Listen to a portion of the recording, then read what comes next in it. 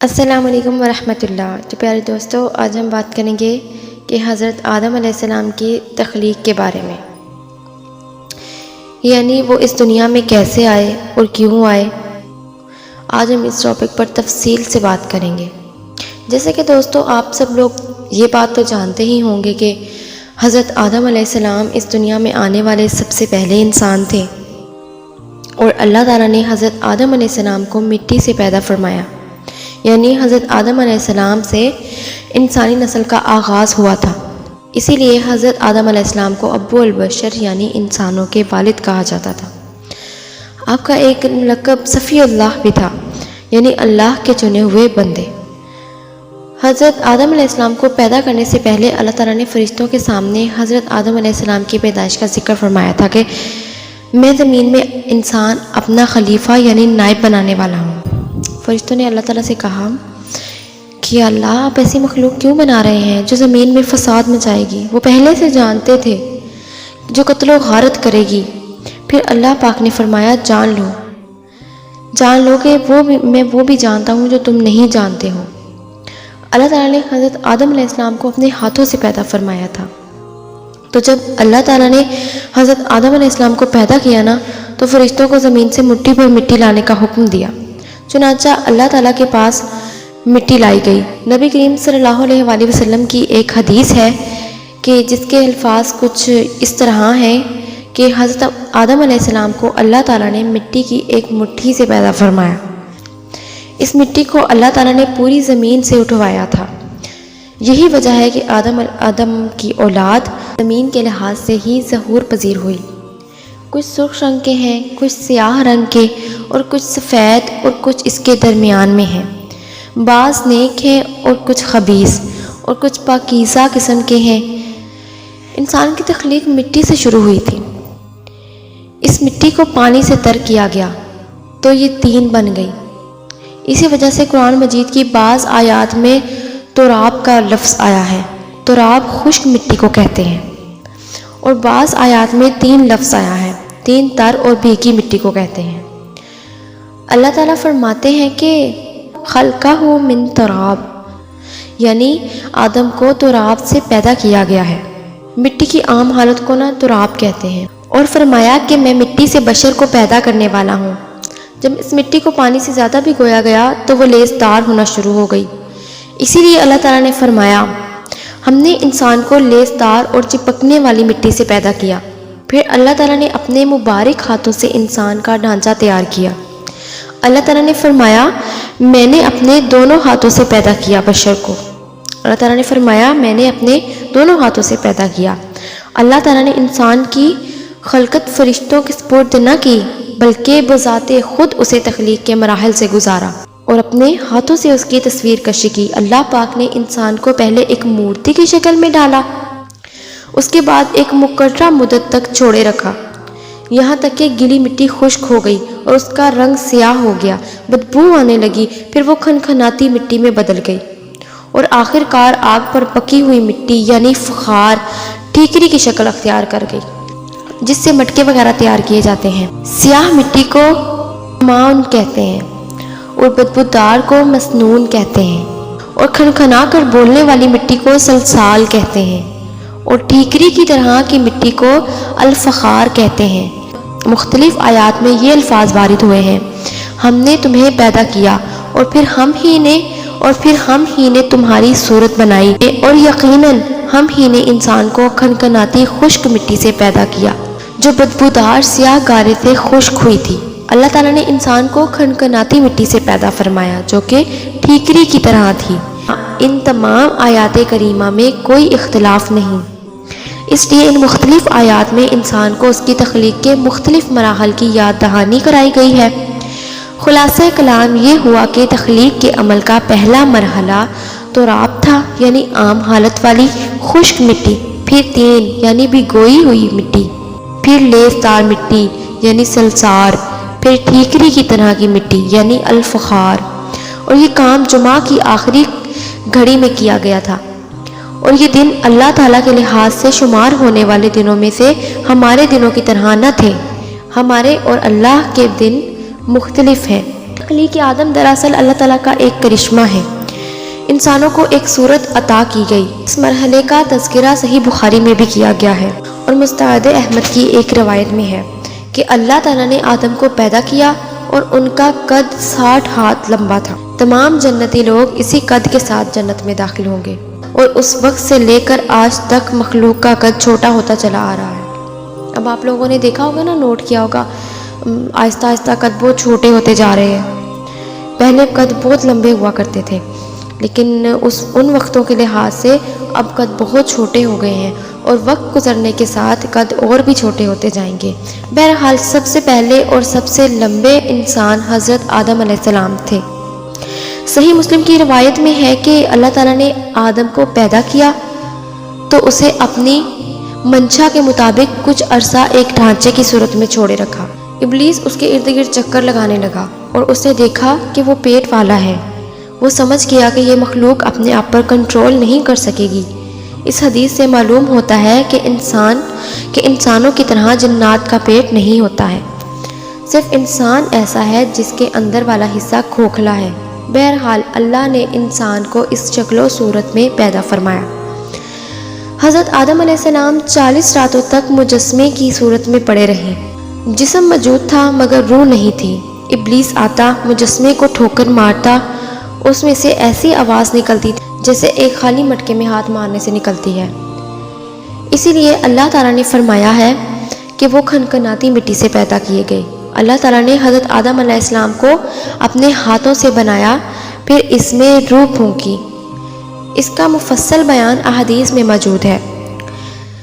جب ان میں روح پھونکی گئی اور ابتدا میں جیسے ہی روح ان کے سر کے اندر داخل ہوئی، حضرت آدم علیہ السلام کو چھینک آ گئی۔ فرشتوں نے حضرت آدم علیہ السلام سے کہا الحمدللہ کہیے۔ انہوں نے الحمدللہ کہہ دیا تو تبھی اللہ پاک فرماتے ہیں رحمہ کا ربو کا، یعنی تجھ پر تیرا رب رحم فرمائے۔ سبحان اللہ۔ اللہ پاک نے آدم علیہ السلام میں روح مکمل ہونے سے پہلے ہی انہیں اپنی رحمت سے سرفراز فرما دیا۔ بہرحال جب روح ان کی آنکھوں میں داخل ہوئی اور انہوں نے جنت کے پھولوں کو دیکھا تو ان میں غور و فکر کرنے لگے۔ جب روح پیٹ میں داخل ہوئی تو کھانے کی طلب محسوس ہوئی۔ ابھی روح ٹانگوں تک نہیں پہنچی تھی کہ کھانے کی خواہش پہلے ہی محسوس ہونے لگی۔ اس جلد بازی اور عجلت کی وجہ سے اللہ تعالیٰ نے فرمایا انسان جلد باز مخلوق ہے۔ جب آدم علیہ السلام کو پیدا کر دیا گیا تو اللہ تعالیٰ نے ان کی پشت پر ہاتھ پھیرا۔ ہاتھ پھیرتے ہی ان کی پشت سے قیامت تک پیدا ہونے والے انسان باہر نکل آئے۔ حضرت آدم علیہ السلام کی اولاد ان کے سامنے ظاہر ہو گئی اور یہ بات نہایت وضاحت کے ساتھ قرآن مجید میں بیان کی گئی ہے، قرآن مجید میں بتائی گئی ہے اور احادیث مبارکہ میں بتائی گئی ہے۔ مسلم بن یسار رحمۃ اللہ علیہ بیان کرتے ہیں کہ سیدنا عمر بن خطاب سے کسی نے پوچھا، اور جب آپ کے رب نے اولاد آدم کی پشت سے ان کی اولاد کو نکالا اور ان سے انہی کے بارے میں اقرار لیا کہ کیا میں تمہارا رب نہیں؟ ان کی اولاد نے جواب دیا تھا ہاں کیوں نہیں، ہم سب گواہ بنتے ہیں تاکہ قیامت کے روز تم لوگ یوں نہ کہو کہ ہم تو اس سے بے خبر تھے، یا یوں کہو کہ پہلے شرک تو ہمارے بڑوں نے کیا تھا اور ہم بعد ان کی نسل میں ہوئے، لہٰذا کیا تو ان غلط راہ والوں کے فعل پر ہمیں ہلاکت میں ڈالے گا۔ سیدنا عمر رضی اللہ تعالیٰ عنہ نے اس شخص کے سوال کے جواب میں فرمایا میں نے سنا ہے کہ رسول صلی اللہ علیہ وآلہ وسلم فرما رہے تھے کہ اللہ تعالیٰ نے حضرت آدم علیہ السلام کو پیدا کیا، پھر اپنے دائیں ہاتھ کو اس کی پشت پر پھیرا اور اس سے نسل انسانی کو باہر نکالا اور اس کی طرف اشارہ کر کے فرمایا میں نے انہیں جنت کے لیے پیدا کیا ہے اور یہ جنت والوں کے اعمال کریں گے۔ پھر اپنے ہاتھ کو دوبارہ حضرت آدم علیہ السلام کی پشت پر پھیرا اور اس سے نسل انسانی کو باہر نکالا اور ان کی طرف اشارہ کر کے فرمایا میں نے انہیں آگ کے لیے پیدا فرمایا اور آگ والے اعمال کریں گے۔ اس پر ایک شخص نے نبی کریم صلی اللہ علیہ وآلہ وسلم سے سوال کیا اے اللہ کے رسول ہمارے اعمال کس اصحاب میں شمار ہوں گے؟ تو آپ صلی اللہ علیہ وآلہ وسلم نے فرمایا اللہ تعالیٰ جب کسی بندے کو جنت کے لیے پیدا کرتے ہیں تو جنت والوں کے کام کرواتے ہیں، حتیٰ کہ جنت والے اعمال سے ہی کسی عمل پر اس کا موت سے سامنا ہوتا ہے، اس وجہ سے اللہ اسے جنت میں داخل کرتے ہیں اور اللہ جب کسی بندے کو آگ کے لیے پیدا کرتے ہیں تو اس سے آگ والے اعمال پر لگا دیتے ہیں، یہاں تک کہ وہ کسی آگ والے اعمال سے ہی کسی عمل پر مرتا ہے، اسی لیے اللہ اسے آگ میں داخل کرتے ہیں۔ ہر شخص کے لیے اس کام میں آسانی پیدا کرتی جاتی ہے جس کے لیے وہ پیدا کیا گیا ہے، لیکن یہ بات ذہن میں ہر وقت موجود رہنی چاہیے کہ اللہ تعالیٰ نے انسان کو یہ اختیار دے رکھا ہے کہ وہ اپنی عقل اور فکر کی روشنی میں اللہ کے احکامات پر عمل پیرا ہو کر خود کو جنتی بنا لے، یا عقل کا درست استعمال نہ کرتے ہوئے شیطان کا پٹا گلے میں ڈال لے اور جہنم میں جگہ بنا لے۔ اللہ تعالیٰ نے انسان کو اختیار دے رکھا ہے کہ اس کی مرضی کہ وہ جنت والے اعمال کرے یا جہنم والے۔ ہر انسان میں دونوں طرف جانے کی طاقت اور صلاحیت موجود ہے۔ جب اللہ نے حضرت آدم علیہ السلام کو پیدا کر لیا اور اس میں روح پھونک دی تو فرشتوں کو سجدہ کرنے کا حکم دیا تھا۔ ابلیس ایک بہت نیک اور بزرگ جن تھا، اس نے کبھی اللہ کی نافرمانی نہیں کی تھی، اسی بنا پر وہ بلند مرتبہ پا کر فرشتوں میں شامل ہو چکا تھا۔ اللہ نے اسے اطاعت اور فرما برداری کا صلہ دیا تھا، لمحہ بھر کے لیے بھی اس نے اللہ تعالیٰ کی نافرمانی نہیں کی تھی۔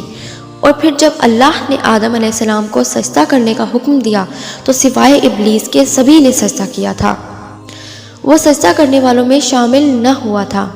تو اللہ تعالیٰ نے فرمایا کہ اے ابلیس، تجھے کس چیز نے سجدے سے روک دیا جبکہ میرا حکم تیرے لیے بھی تھا؟ تو ابلیس نے جواب میں کہا کہ میں سجدہ کیوں کروں، میں اس سے بہتر ہوں، میں اسے سجدہ کیوں کروں؟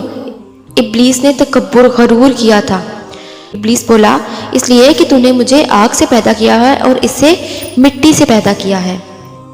اللہ تعالیٰ نے حکم دیا تو اس سے نیچے اتر جا۔ تو جب ابلیس نے نافرمانی کی، سرکشی کی اور تکبر کا مظاہرہ کیا تو اللہ تعالیٰ نے اس کی سرکشی دیکھ کر اس کو سزا دیتے ہوئے فرمایا، اس جنت سے چلا جا، تجھے کوئی حق حاصل نہیں کہ تو اس جنت میں رہ کر تکبر کرے۔ ابلیس نے جواب میں کہا، مجھے قیامت تک کے لیے مہلت دے دیجئے، یعنی اتنی لمبی عمر دے دیجئے کہ میں قیامت تک زندہ رہوں، کہ مجھے قیامت تک موت نہ آئے۔ اللہ تعالیٰ نے فرمایا، تجھے مہلت دے دی گئی لیکن ایک وقت مقررہ تک، اور جب شیطان اس طرف سے مطمئن ہو گیا کہ اسے مہلت دے دی گئی ہے، اسے مہلت مل گئی ہے، تو وہ بولا، چونکہ تو نے مجھے گمراہ کیا ہے تو میں قسم کھاتا ہوں میں بھی تیرے بندوں کو گمراہ کروں گا۔ اللہ تعالیٰ نے فرمایا، جا یہاں سے ذلیل و خوار ہو کر نکل جا، ان میں سے جو بھی تیرا حکم مانے گا میں ایسے گمراہوں سے جہنم کو بھر دوں گا۔ ایک اور مقام پر اللہ تعالیٰ فرماتے ہیں، جب ہم نے فرشتوں کو حکم دیا کہ آدم علیہ السلام کو سجدہ کرو تو ابلیس نے سجدہ کرنے سے انکار کر دیا۔ اس نے کہا کہ کیا میں اسے سجدہ کروں جسے تو نے مٹی سے پیدا کیا ہے؟ اللہ پاک نے فرمایا، جا جو تو کر سکتا ہے کر لے، جو میرے بندے ہوں گے وہ کبھی گمراہ نہیں ہوں گے، وہ کبھی تیری نہیں مانیں گے، وہ کبھی تیرے کہے ہوئے راستے پر نہیں چلیں گے۔ اللہ پاک نے حضرت آدم علیہ السلام کو عالم بنا کر ہی تخلیق کیا، یعنی جب وہ پیدا ہوئے تو جاہل نہیں تھے۔ اللہ تعالیٰ نے حضرت آدم علیہ السلام کو فرشتوں سے زیادہ عالم بنا کر پیدا کیا۔ جب حضرت آدم علیہ السلام میں روح مکمل طور پر داخل ہو گئی اور وہ اپنے پیروں پر کھڑے ہو گئے تو اللہ تعالیٰ نے انہیں حکم دیا کہ جاؤ فرشتوں کو جا کر سلام پیش کرو۔ حضرت آدم علیہ السلام اور فرشتوں کی زبان عربی ہی تھی، یہی زبان اہل جنتیوں کی بھی ہوگی۔ آدم علیہ السلام گئے اور سب کو سلام کیا۔ فرشتوں نے جواب میں وعلیکم السلام ورحمۃ اللہ کہا، یعنی تجھ پر اللہ تعالیٰ کی سلامتی اور رحمت ہو۔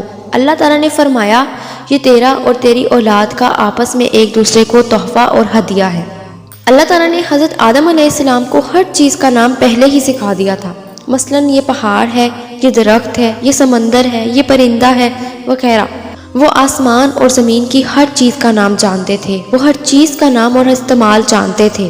بہرحال اللہ تعالیٰ نے حضرت آدم علیہ السلام کو شکل و صورت میں بلند مرتبہ عطا کیا اور عقل و علم کے لحاظ سے بھی بلند درجے اور مقام پر فائز کیا تھا۔ اللہ تعالیٰ نے آدم علیہ السلام کو ہر چیز کا نام سکھایا اور پھر ان چیزوں کو فرشتوں کے سامنے پیش کیا، اگر تم سچے ہو، اور کہا اگر تم سچے ہو، مطلب تم اپنے دعوے پر کہاں تک سچے ہو؟ جب آدم علیہ السلام کی تخلیق ہوئی تو تم نے کہا تھا تو جو چاہے پیدا کر لے، وہ ہم سے زیادہ عالم اور معزز نہیں ہوگا۔ اس دعوے میں اگر تم سچے ہو تو ذرا ان اشیاء کے نام تو بتاؤ۔ تو فرشتے کہنے لگے اے اللہ تو بہت پاک ہے، ہمیں تو صرف اتنا ہی علم ہے جتنا تو نے ہمیں سکھا رکھا ہے، مکمل حکمت و علم والا تو ہی ہے۔ تو اللہ تعالیٰ نے حضرت آدم علیہ السلام سے کہا کہ ان فرشتوں کو ان چیزوں کے نام بتاؤ۔ تو آدم علیہ السلام ایک ایک چیز کا نام بتانے لگے۔ کسی جگہ بھی انہوں نے غلطی نہیں کی۔ جب انہوں نے فرشتوں کو تمام چیزوں کے نام بتا دیے تو اللہ تعالیٰ نے فرشتوں کو مخاطب کر کے کہا کیا میں نے تمہیں پہلے ہی نہیں کہہ دیا تھا کہ زمین و آسمان کا غیب میں ہی جانتا ہوں اور میرے ہی علم میں ہے جو تم ظاہر کر رہے ہو اور جو تم چھپا رہے ہو۔ اس کے بعد اللہ تعالیٰ نے اماں حوا کو پیدا کیا۔ انہیں آدم علیہ السلام کے فوراً بعد پیدا نہیں فرمایا تھا، بلکہ حضرت آدم علیہ السلام نے جنت میں کافی عرصہ تنہا بسر کیا تھا، اور حدیث میں ہے کہ وہ وحشت محسوس کرنے لگے تھے، تنہائی کو شدت سے محسوس کرنے لگے تھے۔